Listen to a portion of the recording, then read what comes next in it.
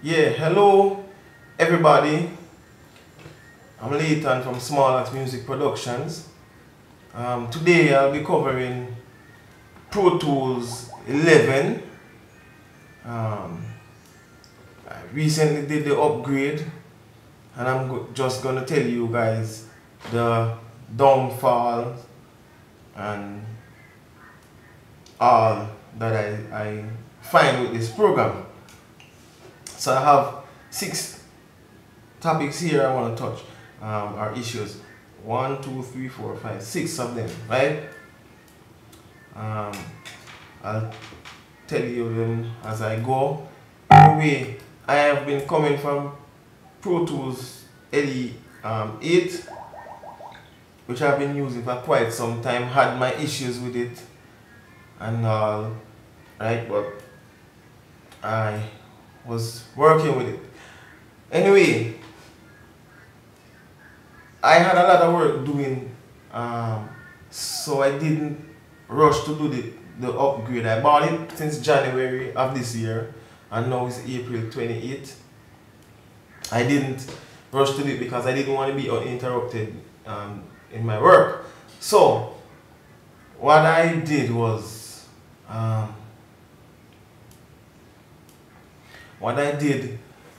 was put it aside and decided when I have the time I would do it. So I find myself with some time recently, so I just go ahead and did the upgrade. So here I am telling you the downfalls and maybe the upside of it. So to begin with, I had Pro Tools LE 8. 9 came out. I wasn't impressed with 9. The only thing that I found with 9 was that you didn't have to use it on with a Avid interface, right? You could use any interface and it could be on the computer by itself without an interface. So I didn't do the upgrade because I wasn't impressed with that too much, right? Secondly, they came out with 10. I don't see anything with 10, right? I didn't see anything with 10 that would attract me. So I didn't do the upgrade. They came with 11, which is what I'm covering today. I wasn't too impressed, but the upside of it, that reason why I decided to upgrade was that one key thing is that it had offline faster than real time bouncing. That's what they said. Alright. Along with the 64-bit and one other key thing yes, the usage of the CPU, right? Those are some of the topics I'm going to be touching, right? This said the CPU, it would, these plugins, the AAX plugins and all of that would be lighter on the CPU, the computer CPU. Anyway, let's get right to the issues that I'm having with Pro Tools. Okay. Pro Tools LE 8 here. Alright. For example, I'm going to be bouncing. One key thing I used to love with Pro Tools LE 8, when I'm going to be bouncing, let me just go ahead and bounce this track here. Offline. Okay. Right, now it's bouncing. First time, I'm scrolling with my mouse now. I'm scrolling, see? My mouse is scrolling, I'm scrolling with my mouse. First time I could scroll my screen with LE 8 and I could see the session. I could scroll the mix window, I have a second screen here, and I could scroll the edit window. And it would move. Now, it's not moving. And I used to have that capability with LE 8. Let me cancel this thing. Right, see, Now I'm able to scroll when it's not bouncing. But I used to have that option, right? Now I don't. That's a downfall of it. That's a downfall, right? If this thing is lighter on the CPU and all, I mean, you should be able to have this flexibility. You know, if I'm bouncing and I want to scroll across and check something, I have that option. Now, you take away that avid, minus. Alright. Let me go to the other one. Okay. Still on bouncing. Still on bouncing, right? Look. I have some other sessions that I'm working with. This session, by the way, don't have any plugins whatsoever on it. See? And it's not a big session. Let me expand this screen. This is my session. Simple session. Small session. Very small session. Alright. Faster than real-time bouncing. Whatever Avid called faster than real-time bouncing. I have no idea. Because this thing to me right now is even slower than the first version. Right? Look. Alright? Offline bouncing, and I'm only bouncing an MP3 file. Look at this. The song is 5 minutes and 32 seconds. Look at this.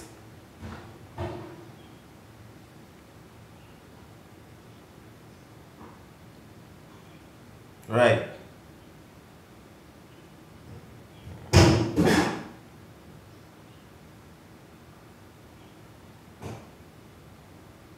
See, I don't even have to go any further. This is faster than real time. Right. Cancel. That's very slow for a session, a small session like this. Right.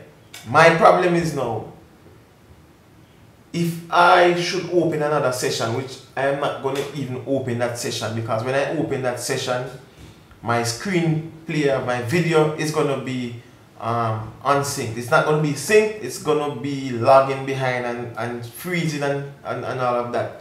So I use this simple session to do this tutorial. Right? Anyway, I have a few other sessions that I have my plugins on it and I'm bouncing, and it's even slow. To me, it's slower than real time. Right?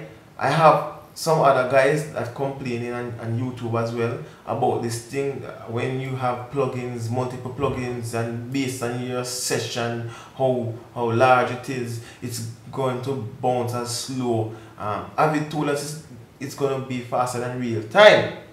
And when I have another session open with my plugins, a full session, even smaller than this with the plugins, it's very slow. It's as if it's real time. I time it. I use my phone timer, my stop clock here, and did it. And it took the same amount of time. And to me, I think one of them was even longer when I did it offline, right? So this is nonsense of it. You guys need to get back to the drawing board and fix Pro Tools 11, because this is nonsense, right? I have multiple people go online and read a few things, and people have been having the same issue. This is not. I use Studio One, Apple, and right now I'm thinking about switching, because this is madness. For years, look at the time technology right now, and you guys can't have something that's bounce and faster than real time. Right? Even if the session is large, if I have a fairly large session, it should be able to bounce faster than real time, and it's not even half the speed, right? So that's madness. So people who are thinking about upgrading and watching the demos and stuff that Avid have, they've never bounced a large session. The session that they have bouncing and demonstrating the offline and faster than real time bouncing, it have about like 3 tracks, 4 tracks, and it just went away just like that, right? So that's just rubbish right now. I could even make the option right now right? Let me go ahead save this. Let me show you guys, because I think I'm not with Avid right now, to be honest with you. I love Pro Tools back in the past, but I don't think I'm loving Pro Tools anymore. Let me just bypass all of these, make inactive.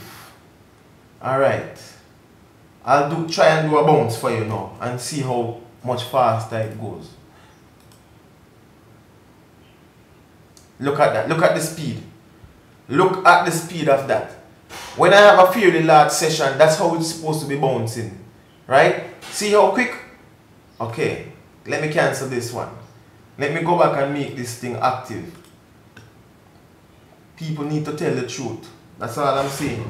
And don't let us spend our money and buy these programs. And look at that. You see how long it takes to start? Look at that. Look how slow it's going. And if I had my plugins on this session, it would take a long time before you even start see the little green box there start moving. It would take a long time. Even the seconds, to me, is slower than real seconds. So to me, it's even slower than real time. Yeah. Anybody out there correct me if I'm wrong, if I'm doing something wrong. I stand to be corrected. Yeah.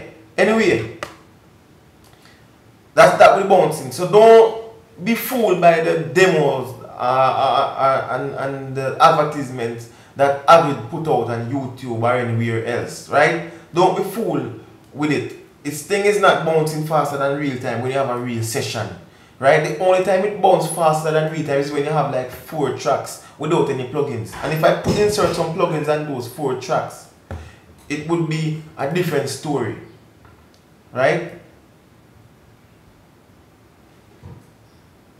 Anyway, my son is doing something around here. Alright, let's go to the other topic. So I covered 2 already, right? Move with the screen while bouncing faster than real-time bouncing. Now, I didn't even use the session. I have some other sessions that is those sessions are crashing. The sessions are crashing with some code telling me that the CPU plugins, I have too much plugins. I don't even remember the code. I'm wondering if I could try to let it crash so you could see the code.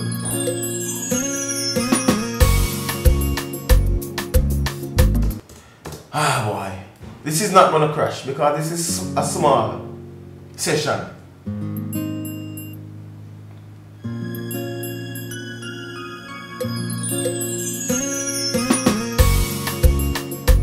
Anyway, this thing is crashing non-stop. I have some other sessions with my plugins and all of that. Smaller sessions that I am accustomed of doing. And it's just crashing away with this the 9 something code, right? Keeps crashing, telling me that my CPU is overloaded, right? This is worse than Pro Tools. I never had that issue with Pro Tools. I used to have it crashing, but when it's well overloaded, right? This thing is not accurate.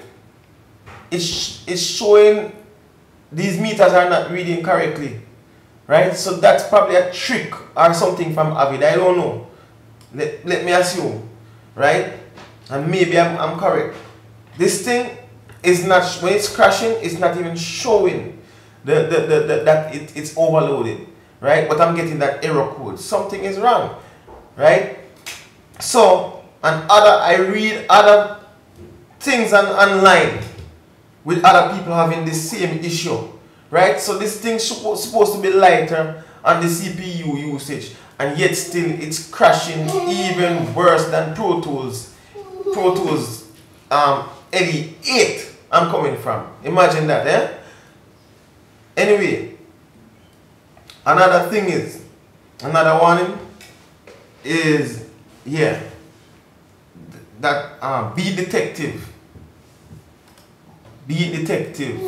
Let me go ahead and open.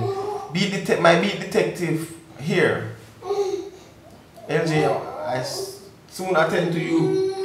I soon attend to you, LJ. Give me some time. Alright. If I'm gonna quantize this guitar track, look at this. Capture, analyze, even the beat detective is slower. And I have a good computer. I'm using an iMac, and this iMac works well with Logic. It works well with Studio One. It works well with Cubase. I have all those programs, right? But so my computer is very good, right? I'm running Maverick. It's very good. I have no problem. My computer is not overloaded because I have a lazy hard drive, 2 terabytes, and all of those are coming from it, right? And the hard drive is good as well. I know that well. Look at the beat detective, how long it takes to analyze this guitar track. I never had that problem with beat detective. It used to be quick. Another thing is, if I'm going to chop it up now, confirm. Oh, sorry. If I'm going to separate the files, right, that's not so bad. Maybe around the same time. There we go. Confirm. Confirm, sorry. Right? It's taking longer than Pro Tools 8. What is happening? What is happening? Let's go back to the basic, right? And work from the basic. Avid, that's for you. Yeah. So that's another down. That's another down side on it, right? Last thing is, the only thing I find, let me give credit. The faders are good. The faders are good, and the look of this, I didn't see anything different, notice anything different within the edit window here. Other than the fader is probably a little thinner or whatever. Here as well, the faders looking good. I don't have a problem with the fade, with the way they change the fader, but I mean, this has nothing to do with workflow, right? This has nothing to do with workflow. So there's not a big plus there either, right? Another thing is, when Logic or Studio One making their DAW or software, they give us a software. Nobody have the advantage over anybody, right? They just make a software compact and it's for everybody. Why on earth is Avid trying to restrict us? Why didn't we get the fader as in the Pro Tools, as in Pro Tools HD, which showing us the compression level and all of that, and the option of having different faders? I mean, this is like I don't even know the word for it. LJ, relax. Right? Logic, Studio One, Cubase, they just make the software, no HD or nothing like that. I mean, if a man want to buy HD hardware and stuff like that, the venues and the S6 and whatever, the Control 24 or whatever, let them go and buy it. But I mean, the DAW should be a standalone thing for us, right? And this is crap that Avid is doing, right? So restricting us from having the option of the different faders and the level of the compression reading and the fader and all of that stuff, right? It just irritates the hell out of me, and I think Avid need to do. We are the ones who are keeping Avid afloat, right? In a time like this. And right now, I think people should start looking into things. I don't think I want anything else to do with any other Pro Tools right now, right? And people, we need to stand up, right? And let Avid know how we feel. My biggest issue with Avid is like they're dictators. They hide themselves away. They put something out, and the support is the worst thing on earth. I've been trying to get in touch with Avid the crash code and all that, and some things, other things, and call the numbers, all the numbers. You have to have a ticket, something like that. That's rubbish. I deal with different companies, and all I had to do is send an email. Send an email in. Stop. Send an email in, and within 24 hours you have somebody respond to you. Right? Now, having shut themselves away from the public, the people who are supporting them and keeping their company afloat. Now, this is, to me, this is madness. And, right, you guys are driving customers away. And if you keep restricting us from certain things and giving us programs, this upgrading, I mean, you charge us $400 for my upgrade, and your DAW is the most expensive. You have the worst support, right? And to me right now, the worst DAW out there right now, apart from the top 4, to me you are the worst DAW out there right now. I love Pro Tools, I love the setting, the mixing window, the look of it and everything, but the workflow and the issues behind it, it's just not adding up for us, right? And you guys need to have these issues resolved, because a lot of people are going away. And I mean, you have to communicate with your customers. You have to have better service than this. Alright? I don't have, you only cater for the guys who buy the venue, the guys who have the HD systems and all of that. Right? What about us? What about us, our hard working money that we spend with you guys? We deserve better support. Right? So, if anybody out there thinking of upgrading to Pro Tools or buying it for the first time, don't make a big mistake. That's going to be a big mistake. Trust me, the support is not there. You can't get in touch with anybody unless you have to buy a ticket. This is after you spend so much money for a program that is not working properly. You have to contact them, right? Or you have, if not, you have to fight your way around. Stop, LJ. Right? So think about it. Think about upgrading to Pro Tools. Or even starting with it in the first place, right? All they do is take your money and they care for the people who have the HDs and whatever. And us, small guys who trying to make it, they don't give a rat's bottom about us. So don't be swayed into Pro Tools or anything for Pro Tools from Avid. Right, and people need to boycott their products now, right now, and let them get back to basics, right? Anyway, I have been having other issues as well with Pro Tools, but you know, it's just the ones on top of my head that I recall right now. So anyway, thanks for watching, right? If there's anything else I should put out there, I feel I'll definitely put it out there, because I will need to do better, right? So one love again, and big up, enough respect from Small Axe Music Productions. Take care, people. Take it easy, man. I leave you with this.